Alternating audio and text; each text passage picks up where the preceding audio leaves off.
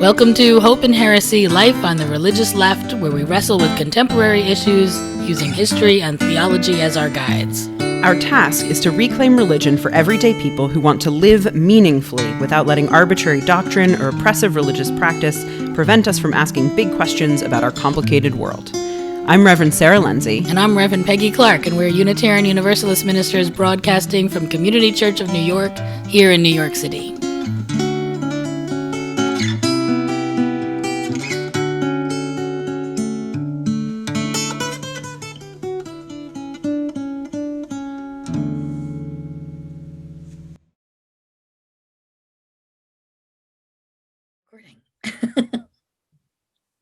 How are you, Sarah? Happy Thanksgiving. Yes, it is around the corner. No question. We are right upon American Thanksgiving. And I was saying to you that this time of year for me always brings up a lot of stuff around the stories we tell, the mythology we hang on to, and what it looks like to both collectively and personally sort of face the truth behind the stories that we make up over time, right? So here in this country, right, we celebrate Thanksgiving, and every year we get out our turkeys and families gather. It'll be a little different this year because of COVID. Don't go gathering with your families.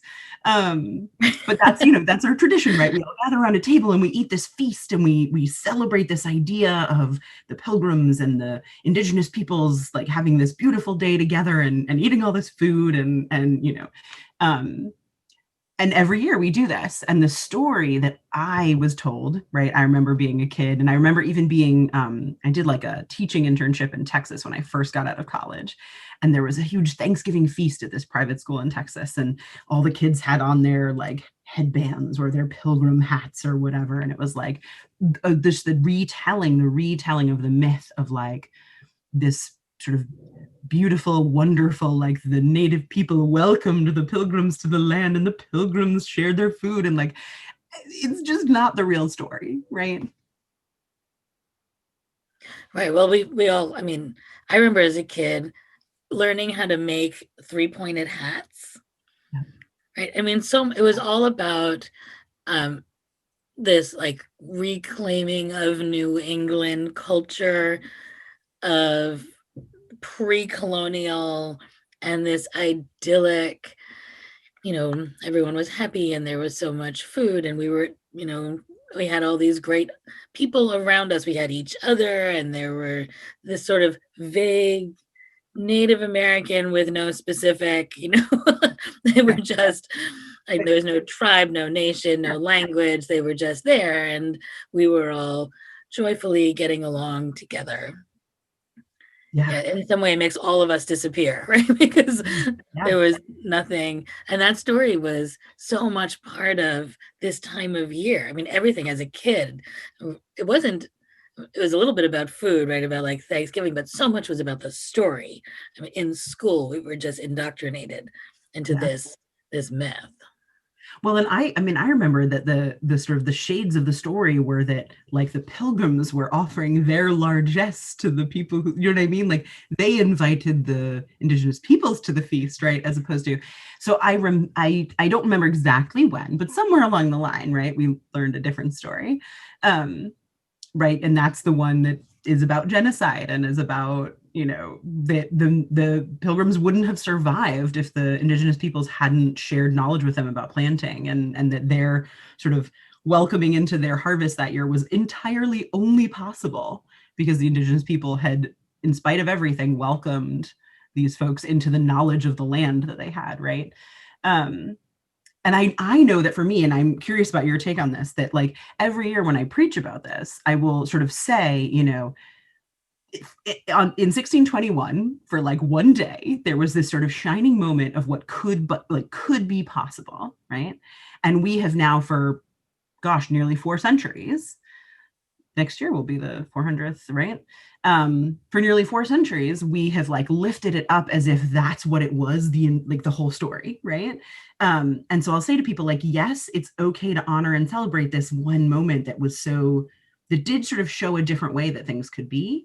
But then I'll say, but you can't forget everything that came before, and you can't forget everything that came after, right? So I'm curious about how you, like, if you talk about it this way with your folks, or how this comes out in your congregation?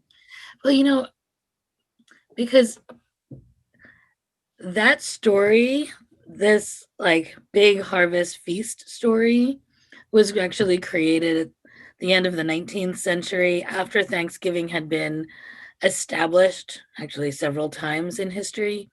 So I try to divorce Thanksgiving holiday from that story altogether because I think it's an unholy union. They weren't intentionally together, right? So first, George Washington was, I guess, was 1789, right? The first Continental Congress, and the Congress said to President George Washington, "We need a day of Thanksgiving because, gee, isn't this cool?" And then there was sort of a series of Thanksgivings, which were like public days of gratitude and prayer. It wasn't until the end of the 19th century, or like not the end, but like later in the 19th century, that there was this sense of wanting to erase Native Americans after the whole, trying to relocate them, and the Trail of Tears and everything was so awful. And so to recreate a story so that people felt better about what was happening, and also to reclaim, for white Protestants to reclaim their place in American history as all the immigrants were showing up. So this myth was created so much later, and then was like planted on top of our history and attached to the holiday. So actually, when I preach it, I'm usually like, you know, never mind, never mind the story, because that isn't what this holiday is supposed to be. Let's take that apart and talk about gratitude. So that's, I tend to do more of a like, what are we grateful for today thing. Yeah, it's interesting though, because like I totally hear you, right? That the sort of the development of the myth had its own context in place, right? Like it makes me think of scripture writing too, right? Like that Right. all these sort of stories that we orient ourselves around, they all came out of a particular historical context. Right. And yet there was, I mean, there really was in 1621 a successful harvest, and people from the Wampanoag tribe came.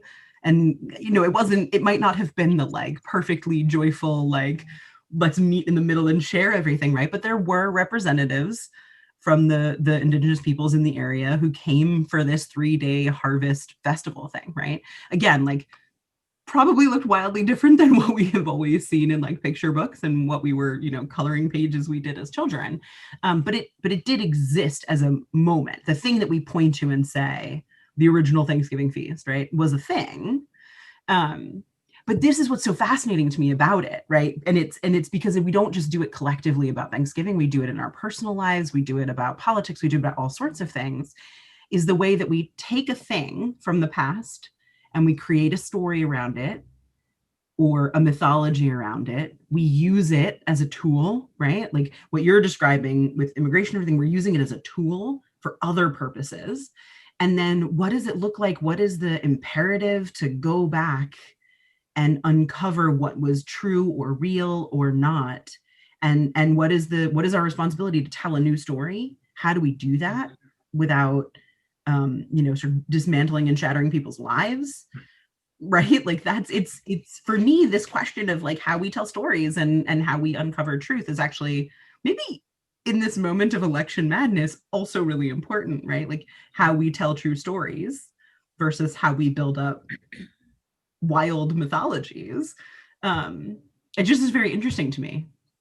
Well, and the mythologies really define us. I mean, you know, I always say that mythology is really about truth, not about fact. So the facts, Right. the facts don't really matter. The problem comes from when we can't tell the difference between a myth and a factual story, right? So things like the story you're talking about, right? So in 1621, and this myth, so the myth serves us in some way, as long as we understand that it's a myth, and that we don't commit ourselves to the facts of the story. We have to know that mythology is critical. It's part of the human psyche. We have absolutely proven over all of the years that humans have been in existence that we require mythology.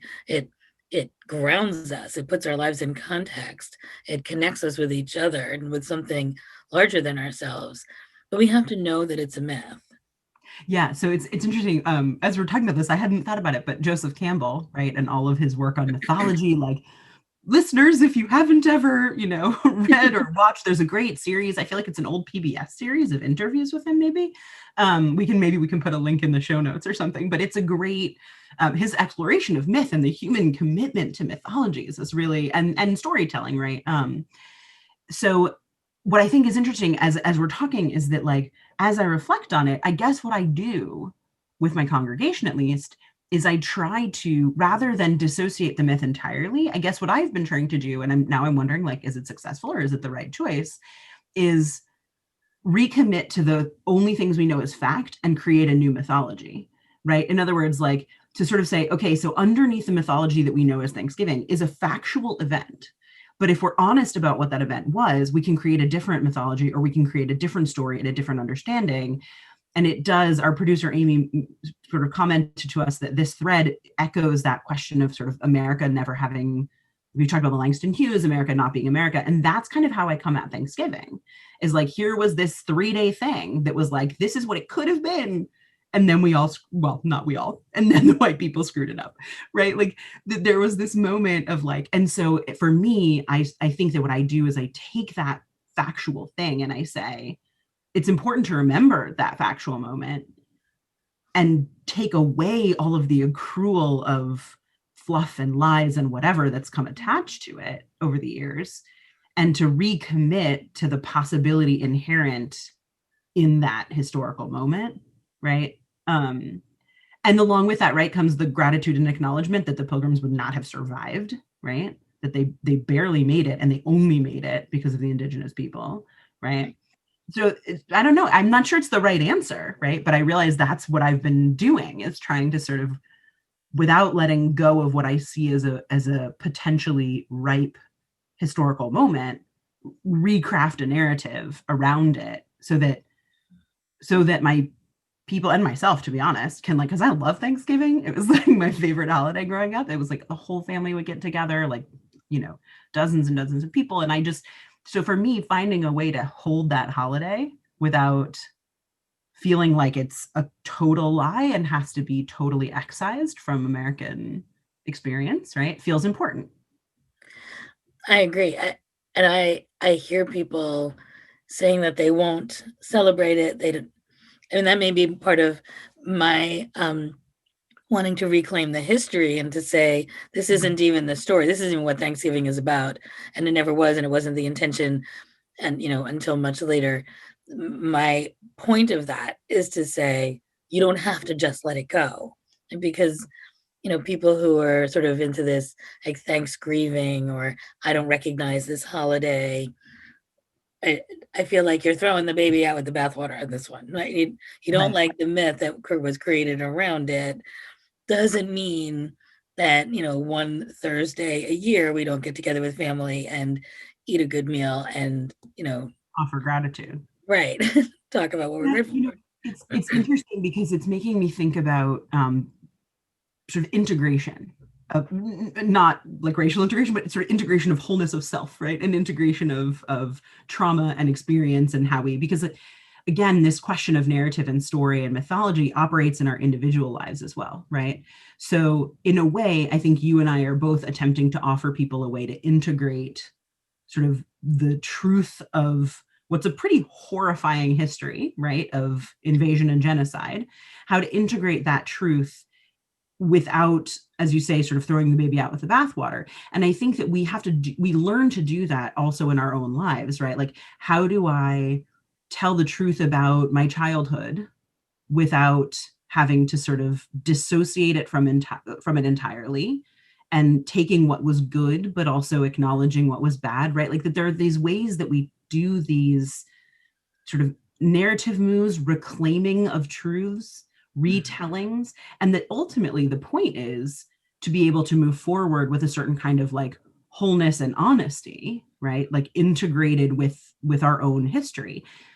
And I'll go out on a limb and say that actually part of America at large's problem is that as a culture and as a society, we haven't done integration of our own misdeeds and our own history very well, right? Like I think it's part of what went wrong with when we ended slavery and we didn't sort of do the right things to try to actually make equality and justice real, and we didn't own what was horrifying and terrible about it, right? Like that we have not done the work of collective sort of social integration, so to speak. um I don't know. It's like the truth and reconciliation panels, right? Like you can't move on until you've really reconciled what has happened and what you did and why, and then you can, move into something else. And it's true, what we do as a country is we whitewash. We just sort of keep going, like we don't talk about it, we don't, and we think it's going to be fine. Like the next generation won't even know, they won't even remember, it'll be fine. And we've been building that up, and with it, so we're building up all this resentment from all of the people who could really use a truth and reconciliation moment, right? Where to say, like, yes, this is really what happened, Yeah. but it's so uncomfortable. And yet, were we to do that, we could create a new narrative that would be incredibly powerful. I mean, the story of Thanksgiving could be transformative for the whole country if we would just accept this reality, face into it, go to those people we've hurt, move toward real reconciliation, not just I'm sorry, but like, what does it look like to really find balance after we have committed the kinds of crimes that we have? What is the, and then change it, and then imagine, I mean, that would take time, real time, well, maybe a generation, Or but more. the Thanksgiving that could come out after that, right? I mean, the kinds of celebrations that aren't limited to the 2 hours sitting with your family and eating a turkey, but that are, you know, Right. a national existence grounded in real peace and justice making. I have a couple things, right? So one is that I am smiling because I feel like we always come back to this place where you and I are like, we need a radical overhaul of society. And it's such a We funny because do. I'm totally like you and I are both on board with this, right? That's like fundamentally what we're saying is like that sort of the way of being in America is like not working, right? Like it is not working for any of us, right? Even those of us who materially benefit and are privileged in many ways, it is a soul crushing system, right? It is a spiritually depriving system. Um, but I want to bring us back to too, though, is so like it's one thing for me. I get up in front of my progressive congregation and I'm like Thanksgiving, the truth, da da da, and they're like, okay, great, we can get behind that. But I have relatives who are not so behind that, right? And don't want to hear me going on about Columbus Day, don't want to hear me going on about Thanksgiving, right? And so this question of sort of like, okay, great, we need a total overhaul of American society. How do we do that? How do we even begin as individuals in our own families, in our own friend circles, when there are folks who maybe really genuinely can't psychologically do that work of integration, right? Can't hold those truths together with some vision, right? Like how do we, that I think for a lot of people on the ground is sort of that's the sticking point. Like that's the question, is how do we even begin such a revolution when we have such a hard time um explaining to each other or getting each other there. Yeah, I'm thinking about Northern Ireland and when the war was still happening. And there were a lot of people saying, how do we even begin? How do we even get to a place? I mean, it seems really insurmountable. There is no way. Um, and there was this little peace community called Corrymeela, way at the top of Northern Ireland, right on the water. You could see Scotland. And I mean, it wasn't that many people. It was like a really small community, but it was Irish and English, and and they just sort of moved in together and just and said, how do we do it? And they started bringing in people who had been victims of war crimes, and and just bringing them together and talking to each other, and like just like a person at a time, building out a new society. And I think that's what we need to do. We've got a lot of activists right now, which I think is really fabulous and absolutely necessary given everything happening. But I wonder a little if we have peace communities. Do we have people who are just working on living well together, who are trying to retell this story and rebuild our mythology around a narrative that is more true and around a lived experience that reflects a new reality? I mean, I think that some of what has to happen for me, I feel like I keep wanting something big, Yeah. and I don't know that something big is necessarily going to happen. And I say that because now would be the time it would happen, because we're in such crisis. And if it's not going to have, if it doesn't break open in the next 12 months, then it's not going to, not that way. And we're going to need these smaller communities of people who are just shifting the way that we live. So I currently am participating in this, like it's ending up being not more than 9 weeks, but it's with some colleagues and a colleague of ours, Ian. And one of the things that he talks about, it's a sort of a sharing circle and a sort of spiritual growth circle, right? And one of the things that he talks about, and like us and many other UU ministers, right, social justice inclined, like wants the world to change. And where he sort of has come to, and I'm sure he wouldn't mind me saying this, where he's sort of come to is where he can have an impact, right, is on small circles of change. And that if he can grow small circles of change, and those grow small circles of change, and those grow, and that is sort of a model, right, of like, not of wild revolution, but of, if you can change 5 hearts and minds, and those people can change 5, and those people can change 5, right?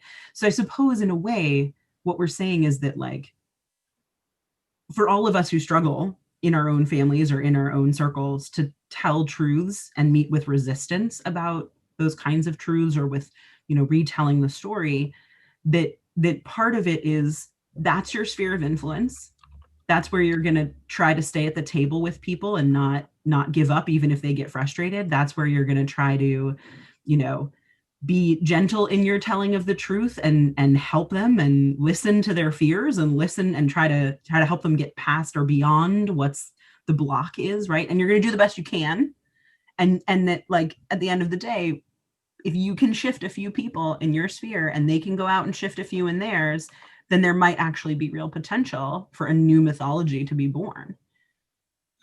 Well, that's our task, isn't it? We Yeah. have our work cut out for us. Yes.